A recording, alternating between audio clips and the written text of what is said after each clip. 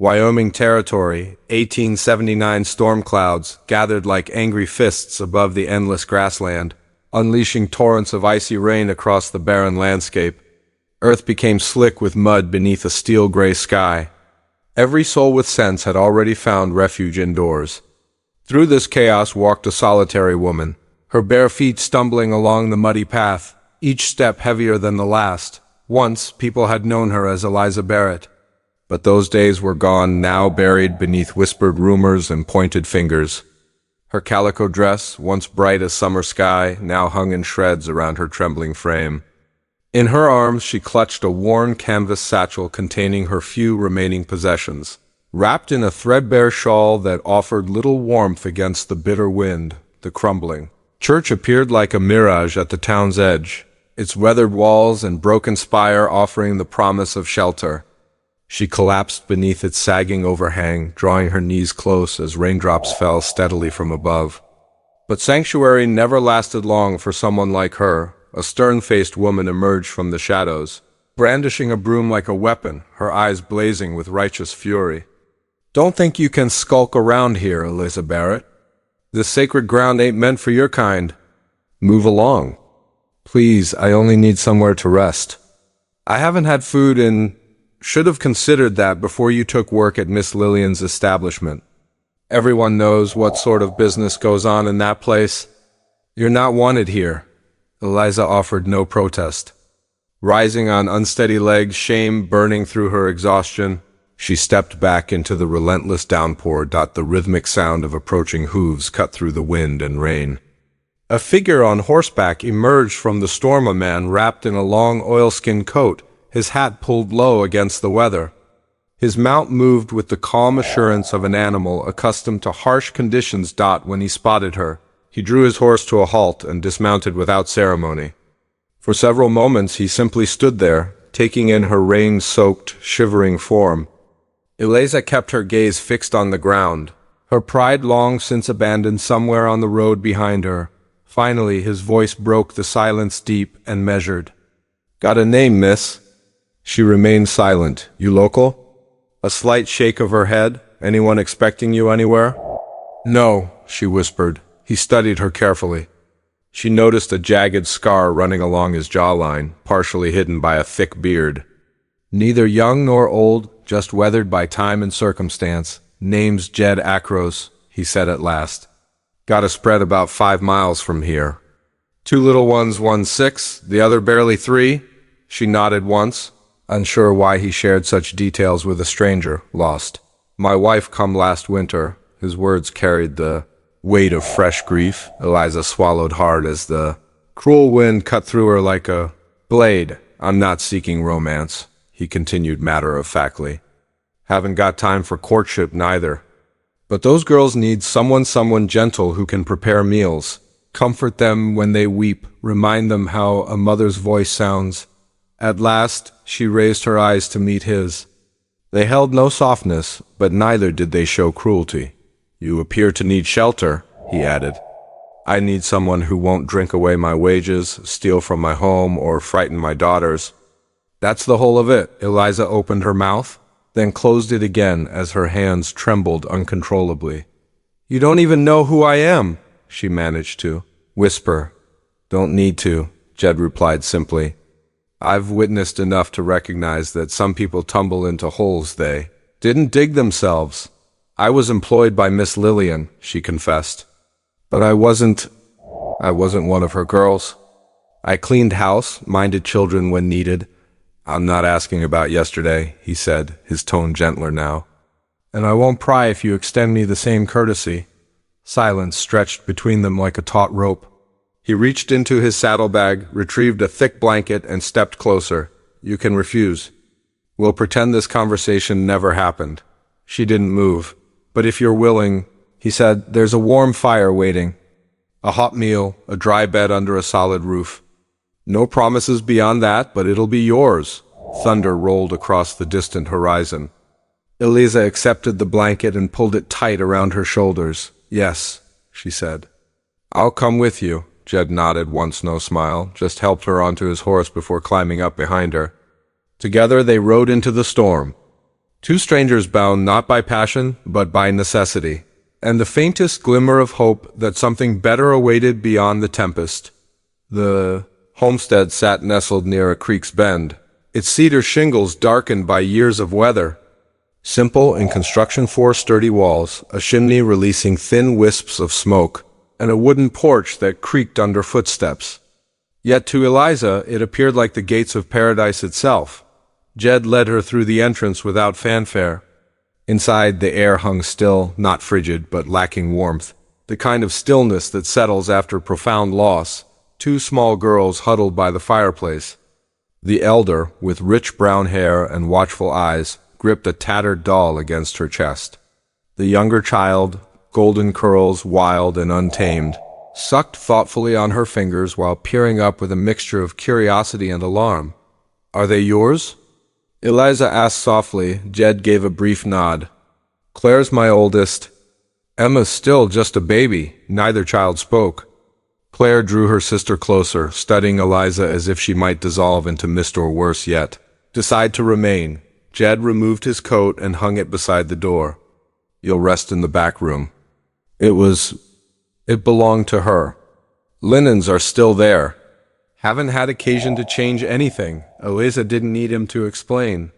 She understood perfectly. That first evening, she prepared what little she could find: dried beans, a handful of potatoes, and a jar of pickled vegetables. The children ate sparingly, their eyes never leaving her face. Eliza smiled warmly but spoke little. Jed sat like carved stone at the table, consuming his meal in complete silence. His mere presence seemed to fill every corner of the room. After tucking the girls into their beds, Eliza stepped onto the porch with a wash basin, scrubbing the day's grime from her hands. Stars flickered weakly overhead, and the night air bit sharp and clean. She exhaled slowly into the darkness. "You're not much for conversation," she observed. Without turning around, Jed leaned against the doorframe behind her. "Talking doesn't mend what's broken." "No," she agreed quietly. "But sometimes it makes the pain feel less deafening." He offered no response. In the following days, Eliza swept floors, mended torn curtains, and cleared away months of accumulated dust. She attempted to hum while working, a habit from her days caring for the madame's children back in Kansas, but the girls maintained their cautious distance. Emma would peek around doorways before vanishing like a ghost. Claire shadowed Eliza with eyes far too ancient for her 6 years. The townspeople took notice of her arrival immediately. At the general store, whispers followed her like thorns caught on fabric. Men tipped their hats politely, but their wives steered them away. Children stared openly. Women turned their backs in obvious dismissal. "Eliza Barrett? Isn't she the one from that notorious house? She corrupt those innocent children's spirits. No proper woman for a widower's household." Eliza heard every cruel word. She kept her head down and continued walking. One drizzling afternoon, while organizing a cabinet in the back room, the one that had belonged to Yet's wife Eliza discovered something precious. A small bundle of pale blue yarn, frayed at the edges. An infant's blanket. She lifted it with reverent hands.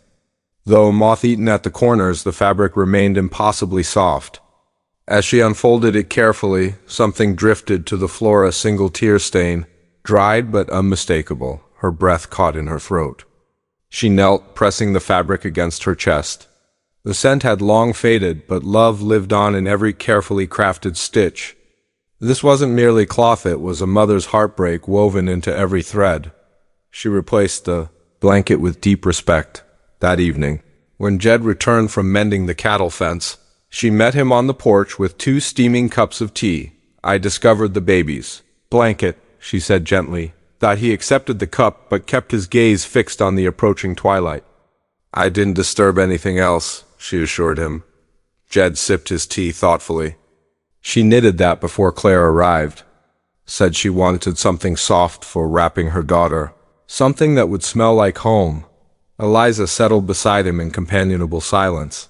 She stopped smiling after. Emma quit speaking, quit eating. "One morning I discovered her in the barn." His voice remained steady, but his grip tightened around the cup. "Thought I could heal her somehow. Just didn't know the way." "You did everything possible," Eliza said softly. "No," he replied. I just did what remained. From inside came Emma's whimper in her sleep. Quickly soothed by Claire's gentle whispers, Eliza stood and moved toward the door. Let me try what remains, she said quietly. Jed didn't stop her, didn't offer thanks. But when she tucked the blanket into the cedar chest that night, she understood she'd found more than just a memory. She discovered permission to begin again. Golden sunlight streamed through the cabin's small window panes, painting long strips of light across the wooden floor. Outside, the frozen earth showed signs of awakening. Birds returned to the low bush, and the creek behind the house gurgled with snowmelt. Inside, Eliza sat by the hearth, needle in hand, mending a tear in Emma's small coat. The rip ran along the sleeve, the kind made by careless brambles or rough play. She used faded blue thread pulled from an old bonnet discovered in the pantry. Emma lay curled beside her, eyes wide with fascination, watching every careful stitch. Would you enjoy hearing a story? Eliza asked, expecting no reply. The child nodded immediately. Eliza smiled warmly and began, her voice low and soothing. Long, long ago, in a realm of rolling hills and endless skies, there lived a little girl protected by a mother made of starlight. This celestial mother couldn't always be seen, but whenever the child felt frightened or alone, she'd sense gentle fingers combing through her hair like prairie wind. Emma blinked slowly, fingers still resting in her mouth. She had no earthly name, this guardian angel, Eliza continued. But every time the girl felt secure, every time she was warm or fed or held, she knew her Heavenly Mother had been near. Eliza paused as the fire crackled softly in the hearth. Even when the world turned cold and harsh, that little girl always kept one treasure close to her heart. A piece of fabric her angel mother had embroidered with flowers no mortal eyes had ever seen. Emma nestled into the crook of her arm, her tiny hand coming to rest on Eliza's knee. Then, in a voice barely audible above the wind, she whispered, "Mama?" Eliza froze completely. The word hung in the air like distant church bells, clear, soft, and sacred. She looked down to find Emma's eyes already closed, her breathing settling into peaceful sleep. In the doorway stood Jed. He hadn't intended to eavesdrop, but something had drawn him to the threshold. Now, hearing that single precious word from his daughter's lips, he turned and walked away before Eliza could see the expression on his face. The next morning, he found her near the barn, brushing the mule's coat. Without speaking, he handed her a folded square of cloth. "What's this?" she asked. Jed rubbed his neck awkwardly. "Noticed you've been doing some needlework. Found this in the trunk. Figured you'd make better use of it than I would." She unfolded the fabric carefully. It was soft cotton, yellowed with age, but stitched along the border with careful, amateur violets, the work of a beginner's loving hand. "These were hers?" Eliza asked. Jed nodded. She tried learning embroidery while carrying Claire, said she wanted to create something meaningful for the baby. "Never got very far." Eliza smoothed the cloth with both hands. "It's beautiful."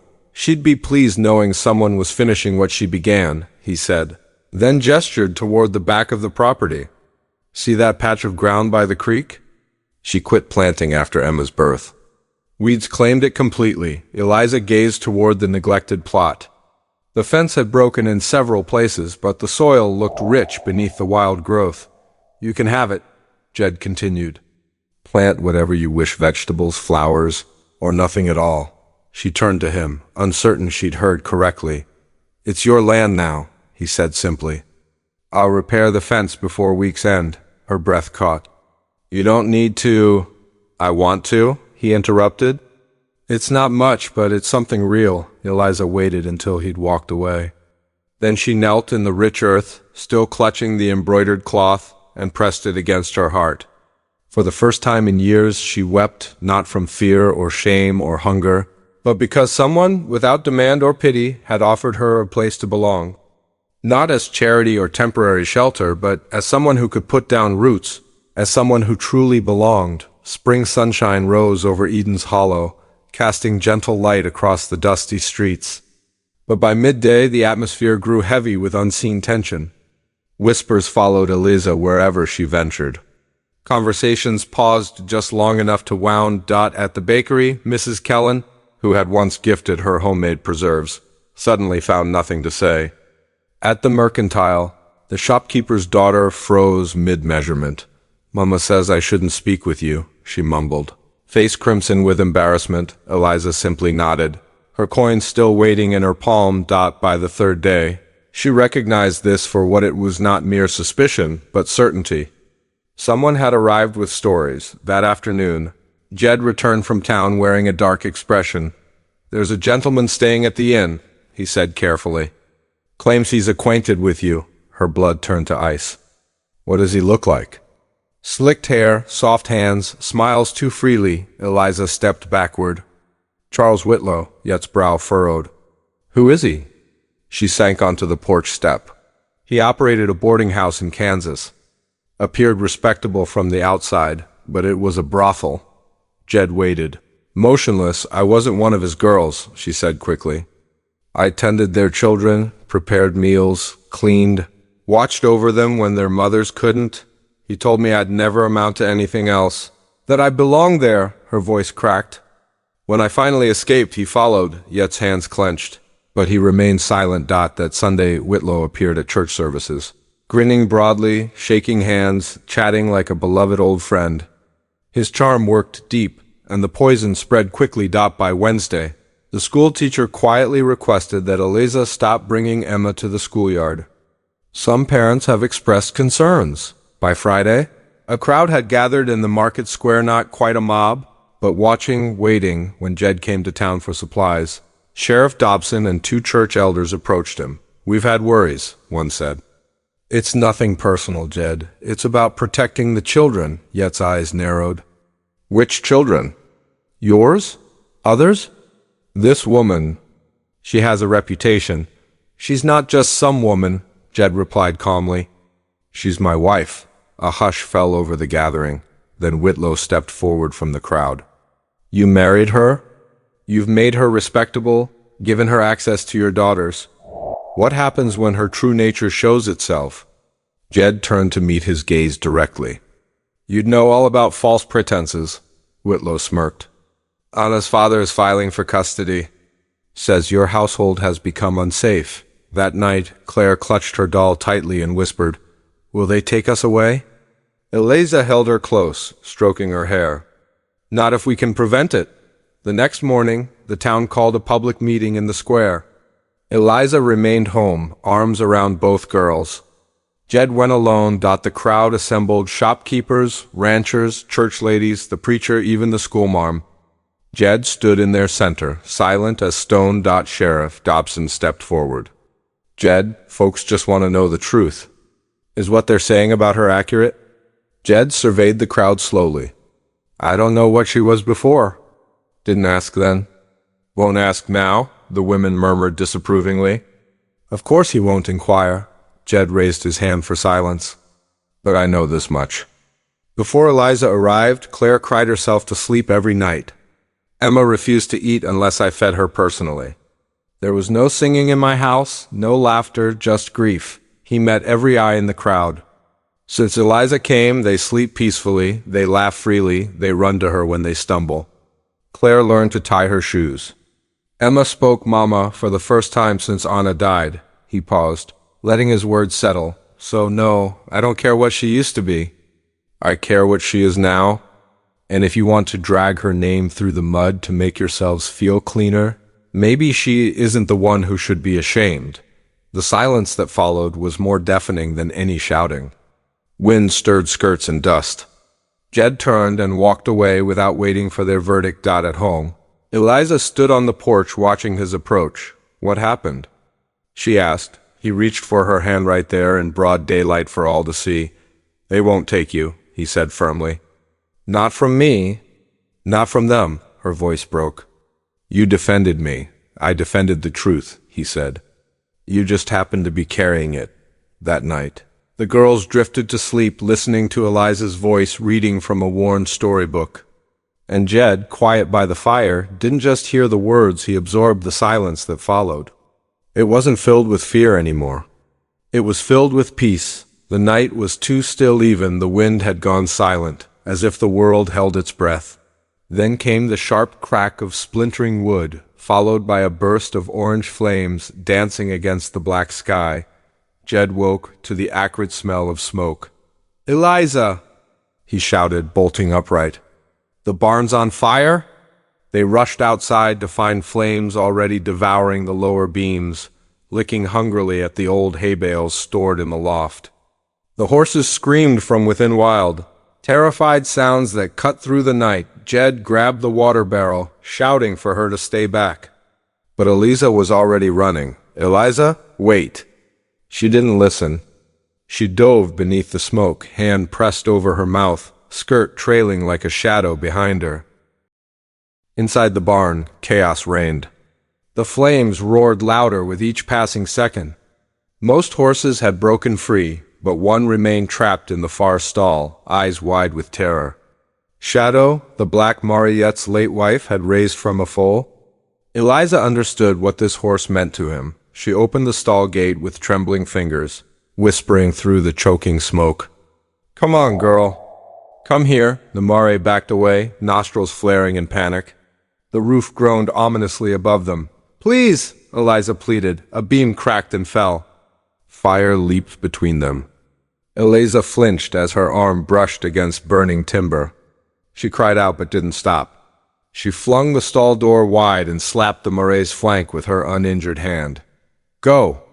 The horse bolted into the night, hooves thundering. Jed reached her just outside, pulling her away seconds before another crash shook the structure. Together they collapsed in the grass as the barn hissed and crumbled behind them. Smoke curled around them like restless spirits. "Eliza, your arm," he gasped. She didn't look at the wound. "She's safe." Jed wrapped his coat around her and carried her inside. Hours passed as he cleaned the burn with cool water, wincing as she did. Her skin was blistered and angry red. He ground herbs into a paste the way his mother had taught him, murmuring apologies with every touch. She barely spoke, the pain was worse. Now that the adrenaline had faded, "You could have died," he said quietly. Her voice came soft as whisper. "So could she." Jed finished bandaging her arm, then sat beside her on the floor, back against the wall. He took her uninjured hand in his. "This wasn't duty anymore. I never told anyone this," he said quietly. "After Anna died, I used to sit by the creek with a bottle and a rope." Eliza turned her head toward him. "I'd practice tying knots," he continued. Told myself I was just learning, that I'd never really use them. But I always stopped when dawn broke, because of Claire, because of Emma, because I hated the thought of someone else telling them who their father had been. I wanted them to hear it from me someday, all of it.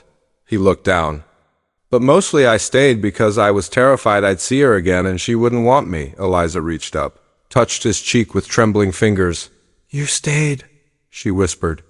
"That's what matters." Their eyes met his guarded, hers full of something unspoken, and then slowly he leaned forward. The kiss was unhurried, not desperate or hungry, but quiet and soft, like forgiveness, like two wounded souls leaning into each other. Not to heal completely, but simply to breathe. When they separated, Jed pressed his forehead against hers. "I didn't plan for this to happen," he murmured. "Neither did I," she replied, but neither pulled away. Outside, the fire had died to embers. Inside, something else had begun to burn. The day following the fire, the sky turned cold again. Rain swept across the land in slow gray sheets, softening the earth where ashes had once blazed bright. Inside the cabin, Eliza moved quietly despite her bandaged hand.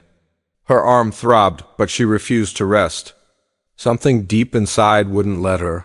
She was cleaning Anna's bedroom closet, still holding the faint scent of dried lavender and wood smoke. Eliza handled everything with reverence: a worn hairbrush, a faded ribbon, a pair of gloves with fingertips rubbed smooth. Behind the closet's back panel, a sliver of loose wood caught her attention.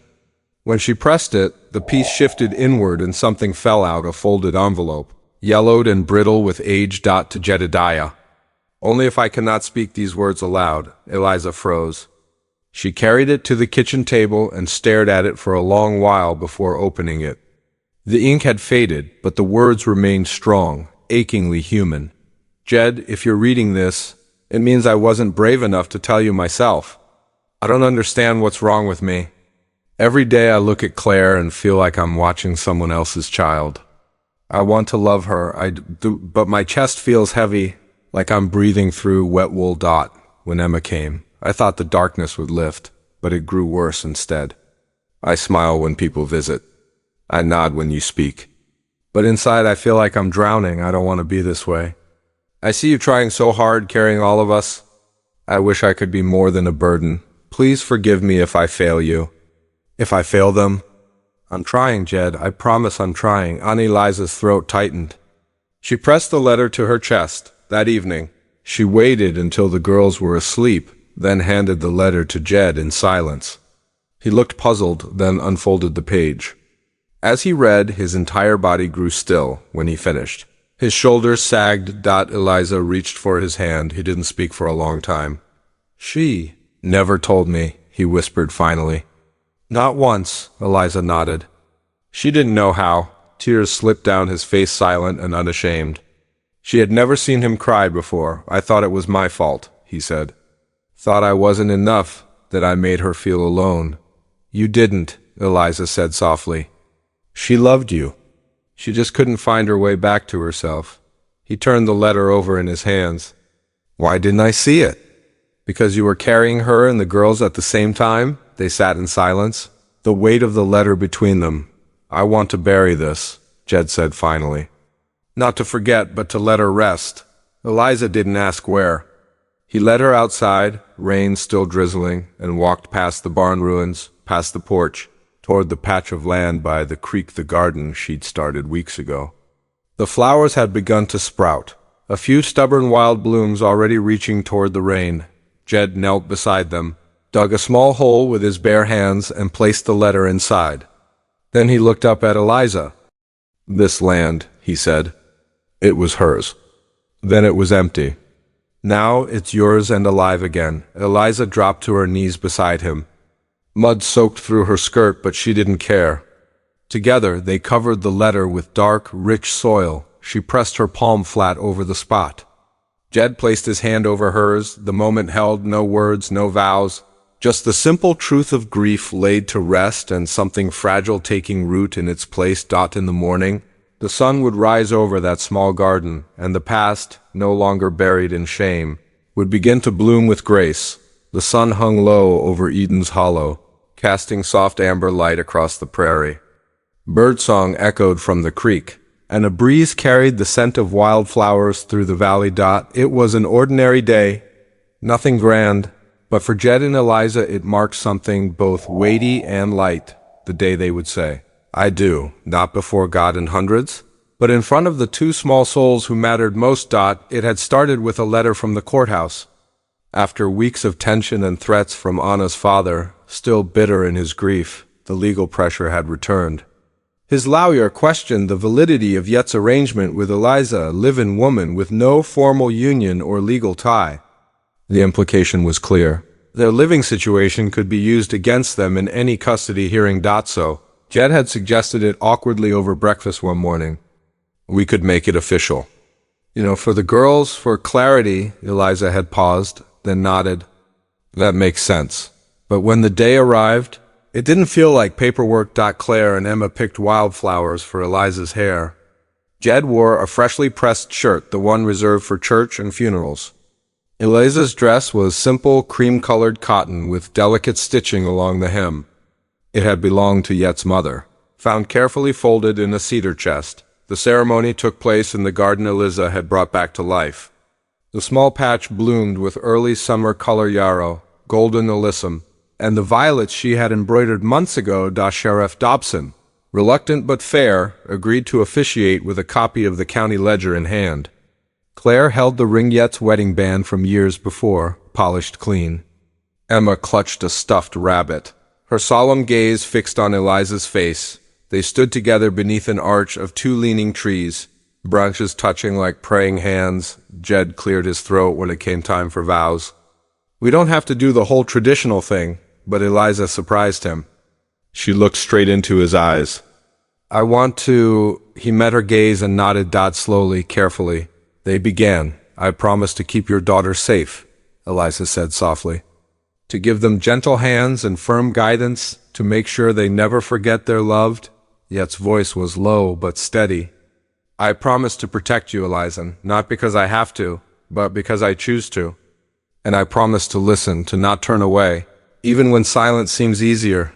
Tears welled in Eliza's eyes. Claire stepped forward and handed the ring to Jed. As he slipped it onto Eliza's finger, Claire looked up with wide, uncertain eyes. You're not going to leave us, are you?